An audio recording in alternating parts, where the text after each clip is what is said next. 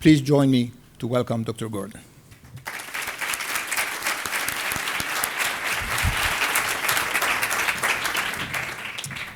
Hamid, thank you very much indeed for that generous welcome. I'm very pleased to be here, indeed honored to be what was described as the first senior White House official to address this or other Iranian American groups. And we really wanted to be here because we appreciate the critically important work that you're doing. And as has been suggested in the opening remarks, this is a critically important time. So I'm honored to be with you and pleased to have the opportunity to address so many distinguished Iranian Americans, but also, after my opening remarks, have a chance to engage with you and answer your questions, because we want you to understand where we're coming from on this critically important issue, because, as I said, we appreciate all you do and your support. Let me start by expressing gratitude on behalf of the President and all of the administration for the tremendous contributions, not just of the Iranian Americans in this room, but Iranian Americans across the board to the United States in so many different fields of medicine, engineering, business, science, finance, public service. And that is thanks in part to organizations like this one that encourage civic participation. The President himself has on numerous occasions awarded Iranian American scientists and engineers and investors with some of the highest honors of the U.S. government. Countless Iranian Americans, including, again, some of you who are here tonight, continue to have a lasting impact on this country's competitiveness and quality of life and diversity, and help strengthen this country. I would be remiss if I didn't also take a moment to thank the Iranian American community for supporting and helping implement at least one particular aspect of U.S. foreign policy, which is to promote exchanges between Americans and Iranians. I know this group is active in that regard. And whether it is promoting cooperation between American and Iranian scientists to tackle environmental or health challenges, or sponsoring and supporting wrestling competitions between the Iranian team and the American team, or more recently, volleyball matches. We think these sorts of exchanges are real opportunities to promote goodwill and understanding between our people. We have worked hard to promote these opportunities in educational exchanges and eased visa restrictions for Iranian students, and made serious efforts to ensure that Iranians have access to the software and internet technology that enables them to communicate not just with one another, but with the global community. We've launched an online virtual embassy Tehran, which brings Iranians the information that they otherwise cannot get from inside of Iran due to Iranian government restrictions ranging from world news and information on applying for a student visa to facts about U.S. policies and culture. Now, it's no secret that we have our differences with the Iranian government, and I will talk about some of those. But we believe that those differences shouldn't stand in the way of continued effort to promote connections between our peoples. I also wanted to highlight and express appreciation for the Iranian American community's continued cooperation, and once again it includes, I know, many people in this room here, in helping us hold the Iranian government accountable for its human rights abuses, including efforts to help establish a UN Special Rapporteur for Human Rights in Iran. Obviously, without a U.S. embassy in Tehran, we count on organizations like this one to help amplify our calls in the Iranian government to respect its existing international obligations and to ratify international human rights treaties. This will remain important because regardless of the outcome of the ongoing nuclear negotiations, we will not relax our efforts to hold Iran accountable for its human rights violations, whether they involve women, ethnic or religious minorities, human rights defenders, or innocent Iranian Americans.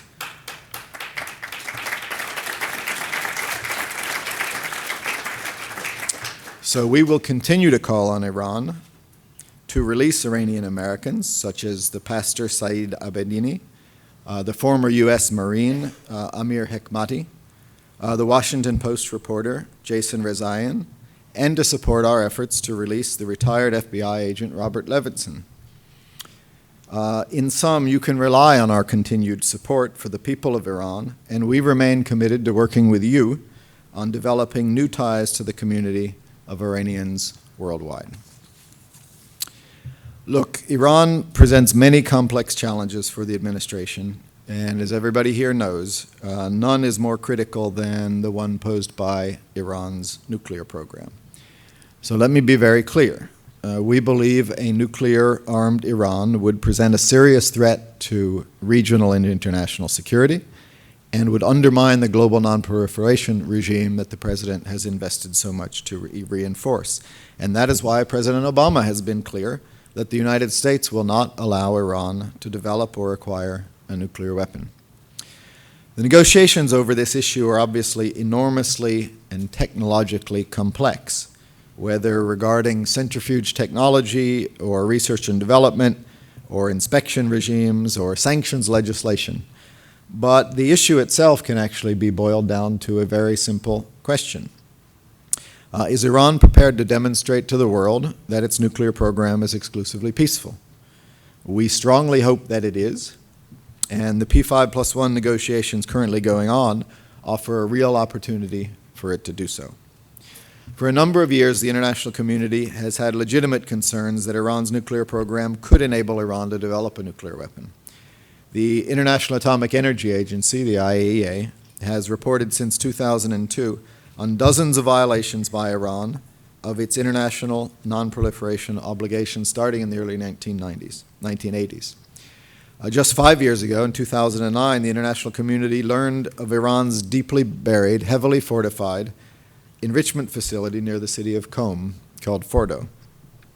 This facility was kept secret from the IAEA despite Iran being bound to declare the facility as soon as the decision was made to construct it. This, of course, gave rise to real questions about other potential undeclared nuclear facilities. In November 2011, an IAEA report concluded that prior to 2003, Iran had likely undertaken research and experiments geared to developing a nuclear weapons capability. All of these developments resulted in the passage of numerous UN Security Council resolutions against Iran, which Iran has continued to violate over the years.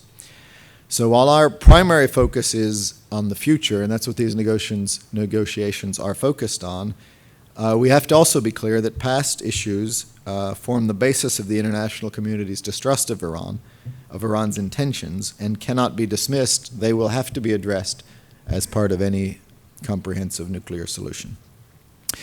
When the President took office in 2009, as you all know, he extended the hand of diplomacy to Iran. But for many years, despite a genuine willingness on our part to reach an understanding, Iran rebuffed these opportunities and remained unwilling to meet its obligations to the international community.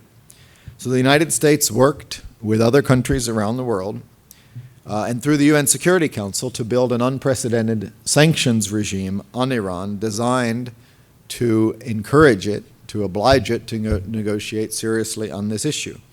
And this approach, we think, coupled with the frustrations of the Iranian people at the choices its government has made and Iran's non-performing economy and Iran's increasing isolation, all of that together, we think, contributed to the election of President Rouhani in June 2013. This internal shift in Iran was an obvious reflection, we think, of the will of the Iranian people, who wanted better relations with the world. And this choice also led to a historic window of opportunity between our two countries, which this administration promptly seized. At the President's instruction, and through the pursuit of vigorous back-channel diplomacy, the P5+1 and Iran agreed in November 2013 to the Joint Plan of Action, and this was a critical first step in our efforts on the nuclear issue. Now, the Joint Plan of Action has bought us some valuable time. Contrary to what its critics asserted at the time, in exchange for very limited financial relief to Iran, it has significantly frozen Iran's nuclear program and rolled it back in some important respects. But with the November 24th deadline looming for a comprehensive agreement, we think that now is the time to build on this opportunity and to accelerate our work. So during the past week in New York, we, the United States, and other members of the P5+1 had numerous bilateral meetings with Iran. As has been reported, progress has been made, but the hardest issues remain unresolved. And in the coming weeks, we will continue to seek a comprehensive agreement that, when implemented, will ensure that Iran cannot acquire enough fissile material for a nuclear weapon and that Iran's nuclear program is exclusively peaceful. We need an agreement that cuts off all of the possible paths to an Iranian nuclear weapon. That means cutting off the enrichment path through activities at Natanz and Fordo, the potential plutonium path via heavy water reactor at Iraq, and any possible covert pathway, which we will deal with through inspections and verifications. A comprehensive agreement with Iran will need to include strict curbs on Iran's nuclear program and enhance monitoring and transparency measures to ensure that any attempt to break out will be quickly discovered. Ladies and gentlemen, we will make every effort to reach this comprehensive solution with Iran. I know that's what this group and everybody here tonight wants to see. That's what we want to see. The President himself is personally very much invested in this process. It has been one of his highest foreign policy priorities. And in our conversations with the Iranian negotiators, we've listened closely to their views about what Iran sees as its practical needs, and we have offered numerous solutions to address them. We've helped chart a path that respects Iran's outstanding scientific achievements and would allow Iran a domestic nuclear program for exclusively peaceful purposes. Still, significant gaps remain, and Iran's leadership has not yet made the tough choices necessary. Given Iran's public statements that it does not seek a nuclear weapon, including the Supreme Leader's fatwa to that effect, these practical steps should be achievable. As President Obama said in his General Assembly speech at the UN just a couple of days ago in New York, our message to Iran's leaders remains simple. Do not let this opportunity pass. We can reach a solution that meets your energy needs while assuring the world that your program is peaceful. Our negotiators, I will assure you, will continue to work around the clock to tackle the challenges that remain between now and November 24th. We hope they will have a willing partner in Iran. Now, the nuclear issue, of course, is not our only area of concern with Iran. We remain concerned about its destabilizing activities and the promotion of sectarian divisions throughout the Middle East. Radical groups like the Islamic State in Iraq and Levant terrorize all they come across. They exploit grievances, including these sectarian divisions, for their own gain. Secretary Kerry discussed the threat posed by ISIL with Foreign Minister Zarif last week. And we know that Iran also sees ISIL as an enemy and is committed to destroying it. But we cannot forget that for years now, Iran itself has been an irresponsible actor in the region, itself supporting extra-governmental militias that have fueled sectarianism in places including Iraq and Syria and Bahrain and Yemen and Lebanon. And this sort of destabilizing activity fuels the very extremism and sectarianism that has helped build support for ISIL. Now, Iran, of course, is by no means solely responsible for stoking sectarian tensions in the region, and we continue to raise our strong concerns with others in the region as well. As the President made clear in his address to the General Assembly, it is time for the world, especially Muslim communities, to explicitly, forcefully, and consistently reject the ideology of organizations like Al-Qaeda and ISIL. It is time to acknowledge the destruction wrought by proxy wars and terror campaigns between Sunni and Shia across the Middle East, and it is time that political, civic, and religious leaders reject sectarian strife, end quote. This is a fight that no one is winning, including Iran. It's a fight that only hurts the population of the region and creates a security dilemma that requires American action. As a strategic actor, we hope that Iran soon recognizes that there is much more to be gained through through constructive engagement in the region and promotion of inclusivity than in its current disruptive policies. Now, having talked about some of the differences between us and the challenges before us, I would also like to just take a step back and reflect on the potential for better relations between the United States and Iran. Today, in fact, September 27, marks exactly 1 year since an American President Obama, for the first time in nearly 30 years, had a direct conversation with an Iranian leader. In his telephone conversation with President Rouhani, President Obama conveyed his deep respect for the Iranian people. And he said he firmly believed that we could address the serious disagreements between our governments, reduce distrust, and begin to move our relationship in a more positive direction. At the end of the call, President Obama said goodbye to President Rouhani in Persian. You didn't know the president spoke Persian, but he said Khoda Hafez to President Rouhani, who responded by wishing the president a nice day in English. Earlier that same week, Secretary Kerry met with Foreign Minister Zarif. They did not speak Persian, I will clarify for the record. But they did have a serious and substantive discussion, and it marked the highest level and most substantive encounter between American and Iranian officials since 1979. And since then, Secretary Kerry has kept in touch with Foreign Minister Zarif. They have now had numerous meetings, including several just this past week in New York, and the point is we've gone from almost no contact at all to contacts even at the foreign ministerial level being almost routine. Now, that doesn't suggest that we still don't have a long, long way to go.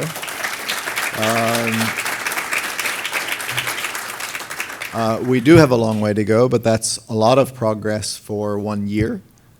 We have the potential to do important business together. And I can just say from our side that President Obama remains ready to take advantage of this current historic window of opportunity.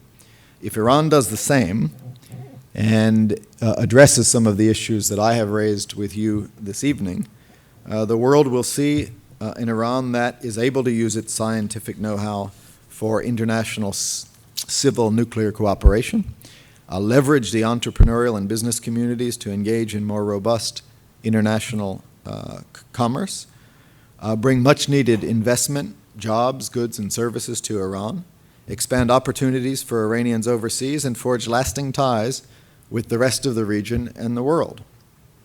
And it can create more opportunities for Iranian students to travel and build new partnerships that help them realize their potential. A nuclear agreement could begin a multi-generational process that could lead to a new relationship between our countries. And Iran could begin to reduce tensions with its neighbors and return to its rightful place in the community of nations. We have no doubt there are many challenges ahead. There are no guarantees, and Tehran has some important choices to make. But President Obama and our entire administration remain hopeful that Iran's leaders will make the right choices, the choices necessary for a comprehensive nuclear deal that could pave the way to better relations between the global community and Iran, and the President says that that is an outcome that we should all desire. Thank you all very much, and I look forward to taking your questions. Thank you so much, Phil. We are delighted that you're sharing this, delighted about the commitment that the President has to resolving this peacefully. I think the vast majority of Iranian Americans in the country, as well as in this room, would agree that part of the reason why this is such an important issue for us is because we believe that there's been too many wars in the Middle East, which have hurt the United States and clearly the region. We don't need another one with Iran. At the same time, we don't want to see the spread of nuclear weapons. And at the same time, we recognize that this requires a tremendous amount of political will and commitment, which has been very impressive to see how suddenly there's been this unprecedented commitment from both sides, particularly from the US side, I would say, to be able to move this process forward. And we're deeply thankful for what the administration has done. Given that, and given the fact that I know that there's limitations to what you can share with us about the details of the negotiations, I'm not going to spend too much time on that, but instead I would ask you an equally sensitive question, perhaps. which is we know that there's difficulties in the talks. We know that this is a very technical negotiations, as Wendy mentioned, and as a result, difficult to discuss. But there are also difficulties in Tehran for them when they go back with their deal, and there's going to be some challenges here in Washington. How does the administration see a post-deal scenario in which there is an agreement, but you have the implementation of it going through Congress and other actors being involved? How do you see that right now? What are the things that you think are important to happen? How can the public be helpful in all of this? Thanks, Trita. I would say a couple of things. First, to re-emphasize something I said in my speech. You're right that the negotiations are incredibly complex. You're also right that I'm not going to get into the details of them. But I would re-emphasize that setting aside the complexities of heavy water reactors, light water reactors, centrifuge configurations, IR1s, IR2s, inspections regimes, sanctions rollout and all that, setting aside that, I think it's pretty clear Iran knows what it needs to do to get to that place. That has been the thrust of and the focus of our policy, to present to Iran an opportunity that says it really is pretty straightforward. The world doubts that you are committed to an exclusively peaceful nuclear program, and it doubts that for very good reason. Because, you take some of the examples I cited, because for years now, we keep finding out things about secret enrichment facilities and possible military nuclear work. And so the world, for very good reason, has come to doubt that as reflected in UN Security Council guarantees. And I can assure you that there aren't a whole lot of issues that we and the Russians and the Chinese and all 15 members of the Security Council can agree on. On this one, we did and we do. And that's how you get Security Council resolutions that aren't vetoed by those countries. So we have good reasons to doubt that. And we are now offering Iran an opportunity. Come to the table and do what is necessary so that the countries I just mentioned and the international community as a whole say, okay, that works. We now see the program and we see that we are confident that it is exclusively peaceful, and we're confident that if somebody tried to cheat, then we would see that in advance. And that they know how to do. And for all the technical complexities of the scientific issues involved, they know how to do that. So that's the first point. And that's what we need to see, frankly, in the next 6 or 7 weeks. Then you're right to allude to this. The issue doesn't go away on November 25th, right? If we somehow manage to find this comprehensive solution and agree to it by the 24th, that's not the end of the story, because it will take time to implement everything Iran has to do. Whatever the enrichment program that is agreed to, the centrifuges aren't going to be dismantled and reconfigured the next day. The Iraq heavy water reactor is going to have to be dealt with. The inspectors aren't going to arrive the next morning at 9 o'clock. So we know there's going to be a period of time to start implementing the agreement. And similarly, and therefore, our sanctions won't disappear the next day either, and our relationship won't be transformed the next day. So while momentous, it will only be a step towards the relationship, but what it would do is give us the roadmap that says, okay, here's what needs to be done over the next weeks, months, and years, and let's move down that roadmap, and hopefully, if that works, then we not only have a resolution of the nuclear issue, but we start getting towards the place that I ended with, which is a potentially different relationship with Iran. I'll just ask one more question before I open up to the floor, which is, you did mention, and I think you saw it was deeply appreciated in this audience as well, that these lingering human rights concerns remain, that we have several Iranian Americans that are jailed, and of course, a general human rights situation there that is, not what we want it to be. At the same time, the focus has been almost exclusively on the nuclear issue. Human rights has figured to a certain extent into some of the conversations on the bilaterals. Can you tell us where exactly is this issue in the larger conversation? And how do you predict that to evolve in a post-deal scenario? How long will it take before it will become a more central part of the conversation? I want to be clear, as I think I was clear. It remains a central part of the conversation. you're right. The nuclear talks are historic. They're about international security. They're about nuclear weapons.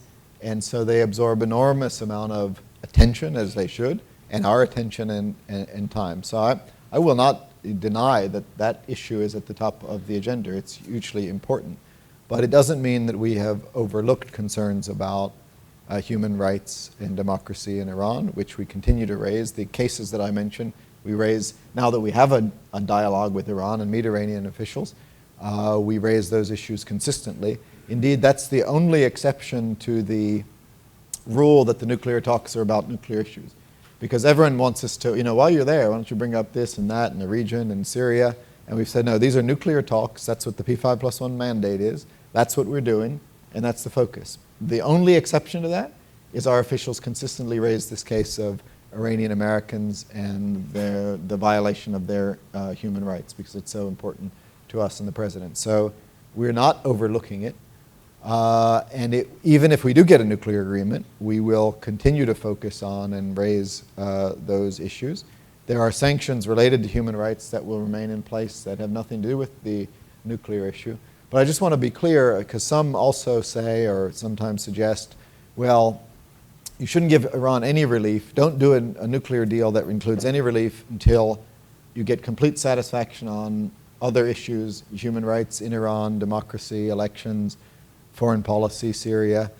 The nuclear issue is too important to subordinate to a complete transformation of Iran internally and externally. And that's why if we have an opportunity to get a nuclear deal that is in our interest, we will do it, while not forgetting about the other issues that we care about. And hopefully the change that will happen in Iran as a result of the nuclear will open up more opportunities to address this issue. I think you mentioned something very important, which is that the fact that there is a dialogue actually gives us an opportunity to be able to raise this issue in a much more effective way than when there was no dialogue. I'm going to open up the floor. I just want to give everyone a reminder, questions, not speeches, statements, PhD dissertations, or anything like that. Go ahead. And introduce yourself as well quickly. Hi, this is Ahmed Kiarostami. Some people think that the real negotiation is not between the Obama administration and Rouhani administration. It's between Obama administration and the parliament and the Senate here, and the same thing in Rouhani and the hardliners on his side. What's your plan on that part of the negotiation? It's a fair question. In different ways, both of us have public opinion and parliaments that have a say. And clearly the United States is a democracy, and it will be important for the Congress and the Senate to support whatever nuclear deal we come up with. And clearly in Iran, there is also a question of public opinion and the Majlis, and there's a very vigorous debate in Iran as well. But, at least speaking for our side, the executive branch conducts negotiations. We have asked Congress for this. First of all, we have worked very closely with Congress on Iran policy from the start. We've worked very closely with Congress in putting together the international sanctions that we believe have helped bring Iran to the table. And we will absolutely look forward to working with Congress to follow up on any deal that we might reach. That said, we have asked Congress for the space to do our job in the executive branch, which is to negotiate. Negotiating is hard for any team. It's even harder, and Congress respects this, if you have 535 negotiators at the table. So while very much appreciating what Congress has done and congressional support for what we're doing, what we intend to do is negotiate a deal that meets our needs, and then taking that deal to Congress and looking forward to their support. And you saw that in the context of the Joint Plan of Action. There were some who wanted to move forward in Congress with sanctions because it didn't cover everything and it wasn't a comprehensive deal. And we explained, we went up to the Congress, and I know you did as well, and a lot of Americans participated in this debate, and we said, we think that sanctions now might interfere with the potential to get an agreement. And we would urge Congress not to pass sanctions now. If Iran fails to meet its obligations, there will be plenty of time for sanctions. One thing our Congress is good at is passing sanctions on Iran. So if Iran reneges on its commitments or violates the Joint Plan of Action, we have no doubt that Congress will follow up with sanctions, and we will be leading the charge. But we asked for time and space to negotiate. Congress agreed with that, and we're using that time and space now. So this is very much a cooperative effort with Congress and the Senate, and what we expect is that if we get the sort of deal that I've said the President needs to see, then we would present that to Congress and the American public confident that it would prevent Iran from developing a nuclear weapon, and that's our objective. Sam. Thank you. Sana Mandolini. I think the Iranian public also voted for moderation in 2009, and there were some problems with the elections. It wasn't just Rouhani's election and your sanctions that led to that. My question is, you mentioned all the things that in the past have gone wrong or that Iran didn't do. Since this process of negotiations has taken place, could you give us 3 or 5 or 1 or 10 things that Iran has done that would indicate that they do, or that they are serious and they have been holding up their end of the bargain? Because it seems that we constantly hear the negative and we're not really hearing the positive side. Thank you. Sure.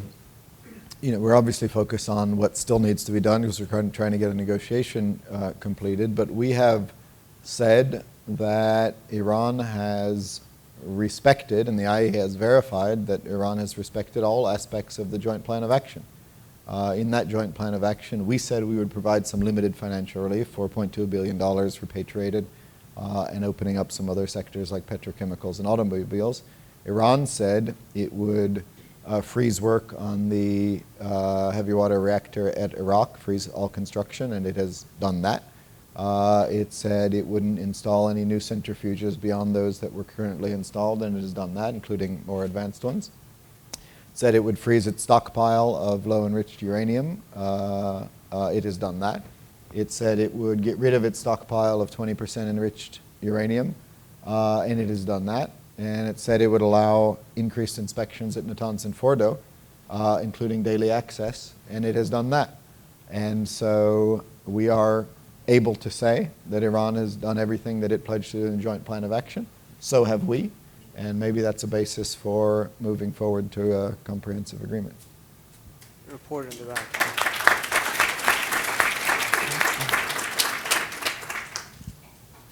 Hi, I'm Derek Davison with Lowblog.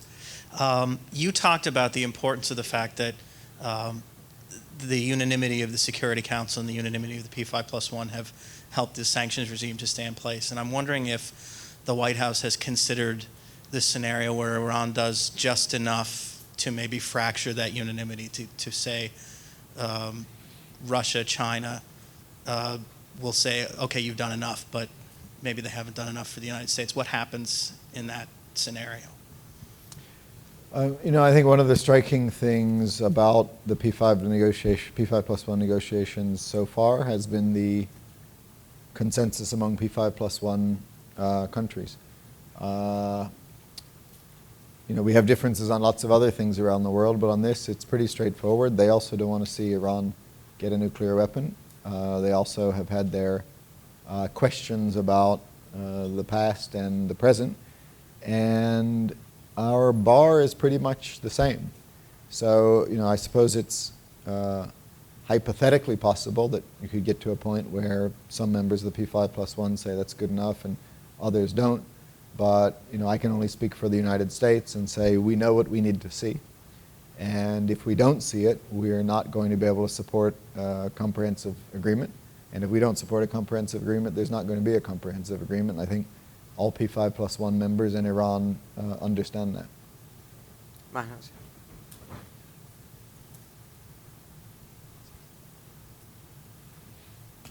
Thank you very much for coming here tonight.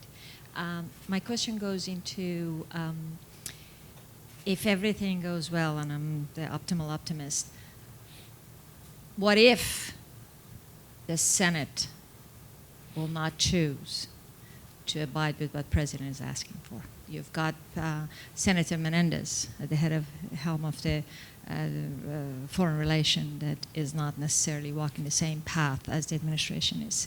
So what do we do then? Thank you. We're thinking ahead. Yeah. Oh, always good to think ahead. I mean, I'm not going to engage in hypotheticals. What I've said is that we are determined to get a deal that meets our needs, and the president's not going to sign on to a deal that doesn't meet our needs. If he gets a deal that meets our needs, that provides verifiable proof that Iran's nuclear program is exclusively peaceful and prevents it from being able to develop a nuclear weapon, then we will take that agreement to Congress and are confident, just like with the joint plan of action. We wouldn't have accepted a joint plan of action that didn't meet our needs. And there was a lot of skepticism at the time initially. And there the democratic process worked. We went up to, initially there was a lot of, Iran's economy will benefit too much or they'll be able to break out. And we said, no, here's what we got. And here's what it means. We had countless meetings. We worked with the Congress. And ultimately, most of them said, that's probably right. And so that's what will happen if we get a comprehensive deal as well. We'll be confident in this because we're not going to accept a bad deal that we would have to somehow persuade Congress that they should accept even though it doesn't meet our needs. And so we're confident that if it meets the president's needs in the negotiation, then Congress will agree that we've got something that is in the American interest. I know the question probably is out there. I'll take it. We understand that there are secondary effects of this process and that sanctions are hitting people that may not have been the intended target. But there is a concern, particularly in this community. There's many people in this room that are engaged in philanthropic and charitable activities. They've done so for years. Their work has become increasingly difficult because of OFAC licenses and that process. They've nevertheless gotten the licenses, done everything that has been requested, yet banks refuse to deal with the transactions. And this is affecting things in a very negative way in the sense that the very same people whose goodwill we want to retain, we want to show that this is not an enmity with the people there, they're the ones who are suffering from this. But beyond that, it creates another problem, which is that once there is a deal, hopefully, and the sanctions relief and rollback process begins, this is giving certain question marks about the efficiency of that process. If banks refuse to engage in financial transactions, even though the OFAC licenses, etc., are there. And I'm wondering to what extent has the White House thought about this problem, realized that not only is it affecting the wrong people right now, but in the future it can actually undermine the implementation and the American end of the bargain? Well, we've thought a lot about it. It's an important issue. We've thought a lot about it. We've heard from people like you about it. And we have been very focused on doing whatever we can to make sure that sanctions don't hit the wrong target. Now, the reality is the sanctions that we have felt necessary to impose on Iran to get it to be serious about the nuclear negotiations have consequences. The Iranian economy is in a parlous state, in part because of these sanctions, and the people responsible for that are those who are responsible for the Iranian nuclear program and the doubts about its exclusively peaceful nature. But within the context of those sanctions that hurt the economy, we have done all we can to try to make sure that they don't hurt the Iranian public in the sense that medicine and food has always been exempted, and we want to make sure that Iranian people have access to the medicine and food that they need.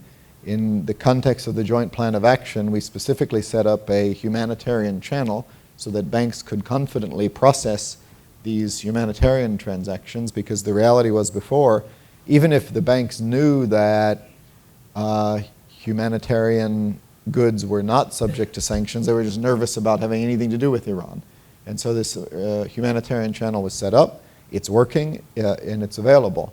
Now I know nonetheless, because these things are very complicated, as you say, there are cases or stories or examples of people who are being hurt who are not the intended targets. And on that, I can only say, let us keep this dialogue open. If there are things we can do to make sure it doesn't hurt the wrong people, and obviously we're going to do them, the real answer will come in the context of a comprehensive solution, so that gradually we can move beyond these sanctions more comprehensively. And you're confident that the state of fear that exists in some of the banks will be able to be normalized in a post-deal scenario? Well, it should be even furthered by a post-deal scenario. I mean, their concerns now are that Iran has such a reputational risk that it's just easier in some cases for them not to deal with it all. That's why we set up the humanitarian channel. Again, it's working, it's processing, but perhaps there are residual fears because, again, people hear Iran and they think sanctions and they have their concerns, but clearly it seems to me in the context of a comprehensive solution, this risk would be reduced even further. We're running out of time, so two quick questions. Nobar, and I think I saw Zohra in the background as well. First, Nobar. Quick question. I'm going to take them jointly so you have more time to answer. Thank you very much. Dr. Gordon, thank you so much for being here. My name is Nobar Almi. My question is, in your personal opinion, what is the biggest threat that could prevent us from reaching a deal? And also, what is the biggest opportunity should a deal actually be reached? If we quickly go to Zohra as well.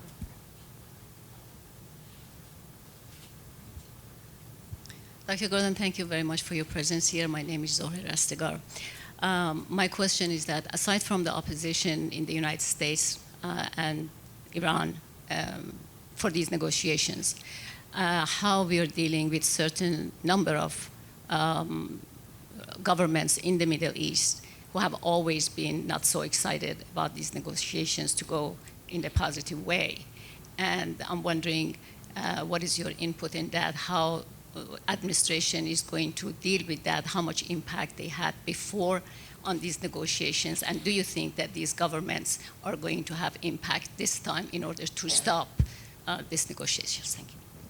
Thank you. And so in reverse order, with governments in the region, we can only take the same approach I described domestically. We'll explain what's in our interest, what we need.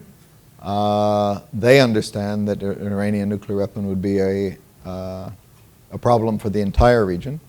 And we have nothing to hide here. We're pretty transparent about what we are trying to achieve and how we're trying to achieve it. And I think the same goes for governments in the region as for domestic critics and skeptics. If we get a comprehensive agreement, we'll say what it consists of, we'll say why it's in our interest and the world's interest, and we'll pursue it, and I'm confident that we'll get support for doing so. In terms of threats, I mean, there are a number of things that could stand in the way, but I would just bring it right back to where I started. It's pretty simple. The biggest threat is Iranian leaders don't seize the opportunity to demonstrate that their program is exclusively peaceful. They say that it is. They say they want it for civil nuclear energy, and that they're prepared to demonstrate to the international community that that's the case. That's really not that hard to do. And so it would be threatened if, for whatever reason, they prove unable to take the steps necessary that would give us the assurance that, that we can move ahead. And if they do, we are trying to make clear, and I made clear here tonight, that answers the other part of your question, if they do, it would remove the biggest obstacle in American-Iranian relations. It will remove the biggest degree of mistrust between Iran and its neighbors. It won't be a magical solution that'll solve all problems, and we discussed other issues will remain. But they have a real opportunity.